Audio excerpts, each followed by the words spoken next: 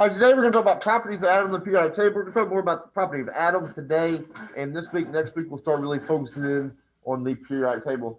This is chapter 19 of our book. I know we don't ever use our book. We will use it for something this unit, though. Okay. Uh, Components of the atom. This is kind of review. Okay, an atom is the smallest piece of matter that still retains the property of the element. Okay, we talked about last unit. We were classifying matter. This is as far as we could go in an atom. An element is all the same atom. A compound is more than one different type of atom. Three things make up the atom: the proton, the neutron, and the electron. Okay, the proton is found in the nucleus. It has a positive charge. And here's a big thing. Elements differ because they have different number of protons. Oxygen has 8 protons. Everything with just 8 protons is oxygen. Carbon has 6 protons. Anything with 6 protons in its atom is carbon. Lead has 82 protons. Anything with 82 protons is lead. So all we've done is assign some random name to things with a certain number of protons, okay? The protons are what determine the element. I cannot stress that enough. Protons determine the element. And they are positively charged. A neutron is a neutral charge. It is found in the nucleus. Neutrons are neutral, and in the nucleus, they have no charge. That is what neutral means. Elements have different number of neutrons, okay? Who's writing? Who has a pencil out right now? Who has a pencil? Who writes with a pencil? I mean, I don't. I write with a pen. But, you realize that there are 3 different isotopes of carbon. When you're writing with carbon 12, carbon 13, carbon 14. Can you tell the difference of those? No. Okay. Because they have the same number of protons, they have the same properties. Okay. But as we'll talk about later today, the neutrons actually can change some things. We'll talk about that when we talk about John Dalton today. Almost all elements have isotopes. That's why if you look at the periodic table, we know that a proton has a mass of 1, a neutron has a mass of 1, electrons have no mass. So why are there decimal numbers on the periodic table?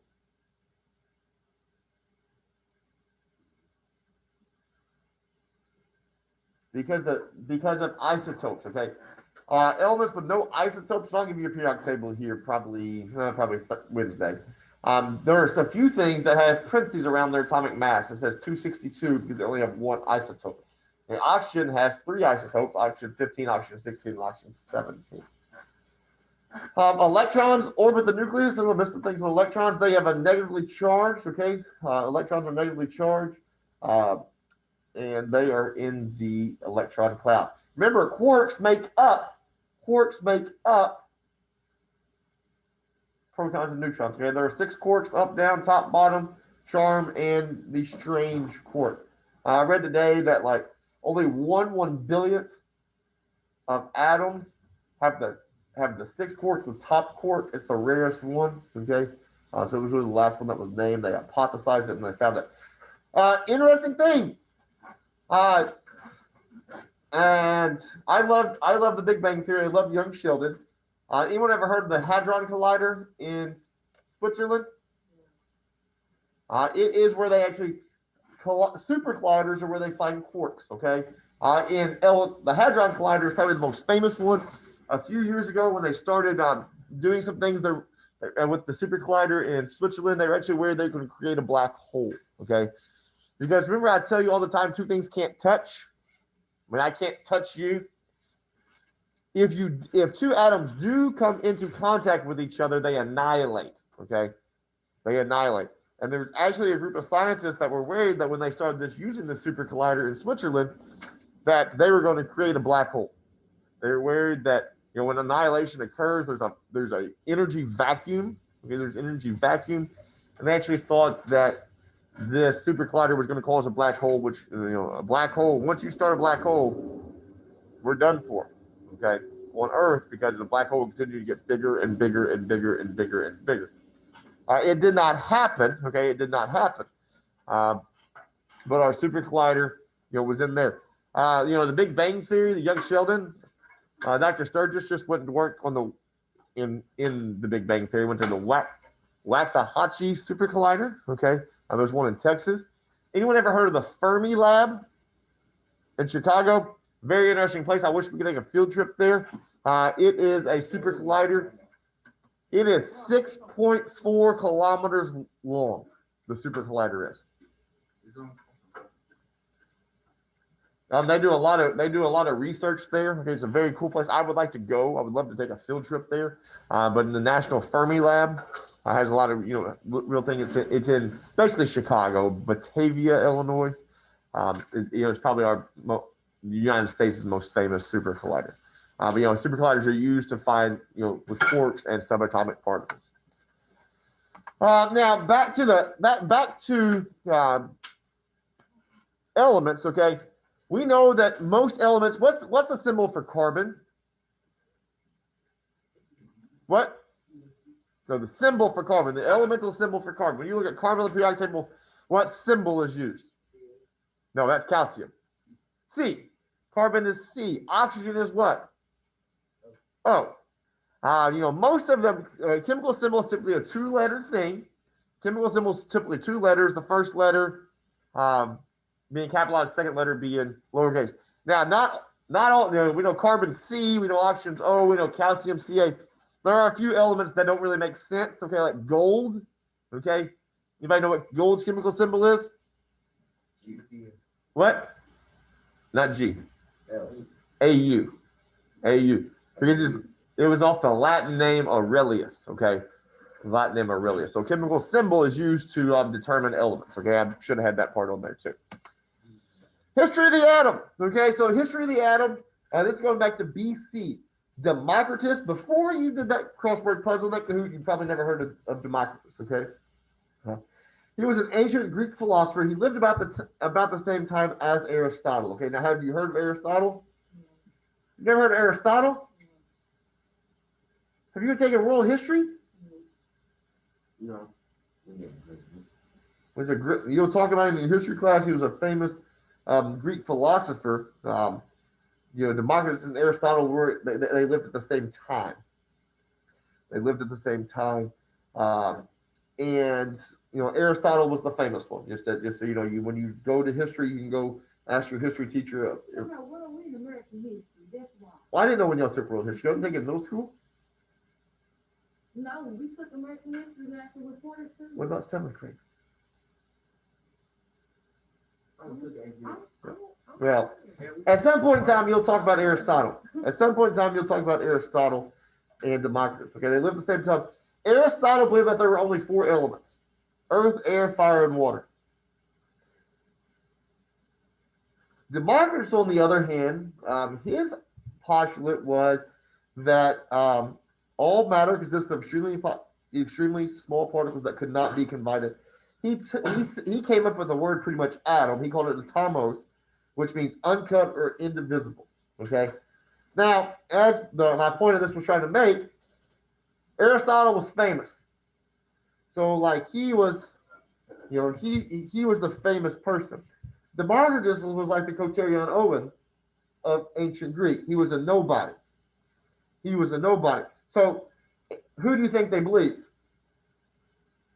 The nobody or the somebody? The somebody. So Democritus was actually put in jail for his beliefs. He came up with the uncuttable atom, and he was actually jailed for his beliefs. And people believe, because Aristotle, he was the famous one, they believe that there were these four elements. So I kind of went through myself. So his ideas carried through the Middle Ages. Okay, It wasn't until the late 1700s when John Dalton, he was an English school teacher. He was the first person to actually offer proof that atoms existed. Okay, he was the first person. Democritus hypothesized it, and Aristotle didn't really say anything about it. He just says that they're elements. But Dalton was the first person. You have a higher education level than John Dalton does too.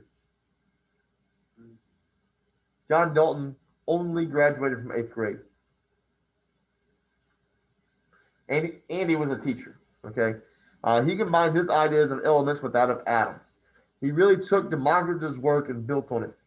It wasn't until there were people that began to realize, hey, Aristotle wasn't correct at this time. They knew he wasn't correct, but they didn't really know who was. He had a 4 postulates. Sometimes you can see this broken down into 5. They're there on the screen. Someone, Coterion Owen, read me his first postulate. Huh? Read me his first postulate. All elements are composed of some microscope indivisible parts are atoms.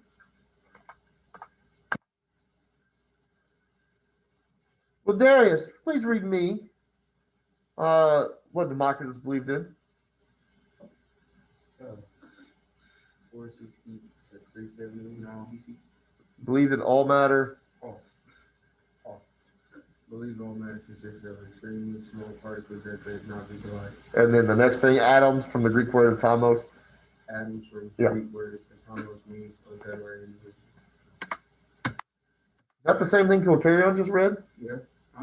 Yeah, it's very, very similar. Okay. Dalton actually, I don't really know everything behind it, but he took Democritus' idea, the person who was put in jail for what he believed in, the person who was mocked for what he believed in, and repostulated it. Okay, pretty much the same thing. Pretty much. So Democritus was actually the one that was correct, not Aristotle. Okay, Democritus was the one that was correct, not Aristotle. He also came up with some other postulates. Okay, he believed that atoms of the same element are identical, and those of different atoms are different. Yeah. He also believed that atoms of different elements combine a whole number ratio to form compounds, and that the chemical reaction involved the rearrangement of atoms. Now, let's go through these. Is his first postulate actually correct? No. Why? Why is his first postulate not correct? Can we divide an atom? We can't personally, but can atoms be divided? Yes. The hydrogen bomb we dropped on Hiroshima and Nagasaki was what was it? An H bomb. It was divided. So in that part, what is this? Is that part of the postulate true? No, but is it true enough for everything we want to talk about? Yes. Number 2, his second postulate: atoms of the same element are identical, and those of different atoms are different. Is that true or false? His second postulate, is that true or false? Are all atoms identical, of the same element identical? No. Okay. This is where isotopes come into play. Keep in mind, this was late 1700s, early 1800s. So we just got out of the Revolutionary War, pre-war of 1812. So this is, the time then. Isotopes are different, okay? Now, can you tell a difference between your carbon-12, carbon-13, carbon-14 that you write with? No. No. Can you tell which oxygen you're breathing right now? Oxygen-15, oxygen-16, oxygen-17? No. No. So for the most part, are their properties the same? Yes. Okay. However, what about radioactivity? You use uranium to make nuclear bombs, correct? Yeah. Is all uranium bad? No. No. Only certain isotopes of uranium what they look for, okay? Couple other things. Who's ever had an MRI? Nobody's ever in here's ever had an MRI? It's kind of like an X-ray, a little bit fancier X-ray. You have to lay real still. They sit you like in a tube. That's what I mean. It's a fancy. An MRI machine is based off of the organic chemistry machine called an NMR, nuclear magnetic resonance. Okay, they're very similar processes. Okay, an NMR machine can only find odd numbers. Okay, so we know we have carbon-12, carbon-13, carbon-14. An NMR machine cannot pick up carbon-12. It cannot pick up carbon-14. It can only pick up carbon-13. It can only pick up odd numbers. Okay, so in that case, are the isotopes, do they have different properties? Yes. Okay, but for the most part, we're pretty good with that. Okay, that part is still pretty true. So we've talked about 2 of his postulates. They're both pretty much true still. Third one, atoms with different elements combined in whole number ratios to form compounds. Is this true? It's not? Someone tell me the formula for water. H2O. Number 3. H2O. Is H2O, is that a whole number? 2 and 1? That's old. It's not H1.5O, is it? Carbon dioxide, you mentioned that first, Dominique, earlier today. That's 1 carbon, 2 oxygens, correct? That's whole number 4. Methane, CH4, are those whole numbers? Yes. No decimal there, not 1.5. It's not CH4.5, okay? So this part of the postulate is 100% true. Okay, it's 100% true. And number 4, which sometimes can be number 4 can be broken down into 2 different. Sometimes you see 1 broken down into 2 different things. Sometimes you need number 4. Number 4 says chemical reactions involve the rearrangement of atoms. I will tell you that is not 100% true. Okay, sometimes they involve the rearrangement of electrons. Okay, but for the most part, electrons are parts of atoms. So Dalton is pretty true. Everything, that's why Dalton is the basis for our modern atomic theory. Okay, while most of these things weren't 100% true, they're still true enough to give us a perspective on what an atom is. When you learned in elementary school about an atom, you learned most of these things. Okay, you learned most of these things, whether you knew it or not. So most, I don't mean just invisible. So we went from Democritus in like 400 BC, and then we went to John Dalton in the late 1700s. So we went about 2100 years, 2200 years. And then the next person to really try to do some more work on the atom was English physicist J.J. Thomson. J.J. Thomson. Not Thompson, there's no P. He performed what's called the cathode ray tube experiment. Who's ever been in the science center somewhere and like the static electricity thing, you stick your hand on and the rays come to your hand? You know what I'm talking about? Y'all need to get out more. Like you can see the electricity volts going through something. If you stick your hand to it, it comes to your hand. That's pretty much what a cathode ray tube is, okay? I don't think about going to the science center. That's why you're you. I know. You need to get out more. The science center, I could spend all day at the science center. I'm not going. My only complaint about the science center is they let other people in. If I had all the money in the world, I would rent the entire thing out and just spend the whole day there by myself. You learn so many cool things there. But that's what the cathode ray is, and you've seen them things like you stick your hand on it, the electricity comes to your hand, like a ball. That's what the cathode ray tube is. Okay, it had you can see the electricity volts, the cathode ray going through it. And J.J. Thomson is actually he's credited with discovering the electron. He found the electron. So what he did was they knew that magnets existed. Okay, they knew there was a positive end and a negative end in the magnet. When he put the positive in the magnet, the cathode ray, which was made of electrons, well, he didn't know they were made of electrons, but the cathode ray would come to him. So we know that a positive and negative attract. And then when you flip it over with the negative end, the ray would go away from him. So he hypothesized that there had to be a negative charge in there. So he's discovered with finding the electron. He said the mass of the electron was 1/2000th of a hydrogen atom. So very small. Robert Millikan, the oil drop experiment, who was a student of Thomson. There's a P in this Thomson, there should not be.